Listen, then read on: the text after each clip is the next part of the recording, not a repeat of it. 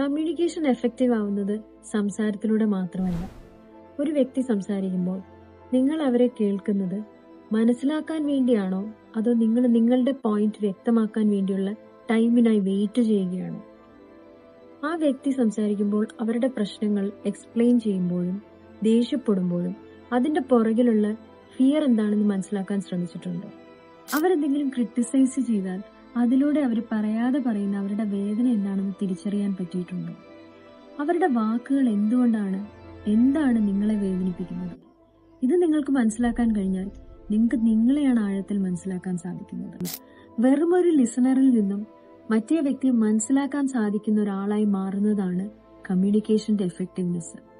അതിലൂടെ നിങ്ങൾക്ക് നിങ്ങളുടെ റിലേഷൻസും സ്ട്രോങ് ആക്കാൻ പറ്റും. നിങ്ങളുടെ ഇടയിൽ നല്ലൊരു സ്പേസും സേഫ് ആയിട്ടുള്ള ഒരു സ്പേസും ബിൽഡ് ചെയ്യാനും സാധിക്കും.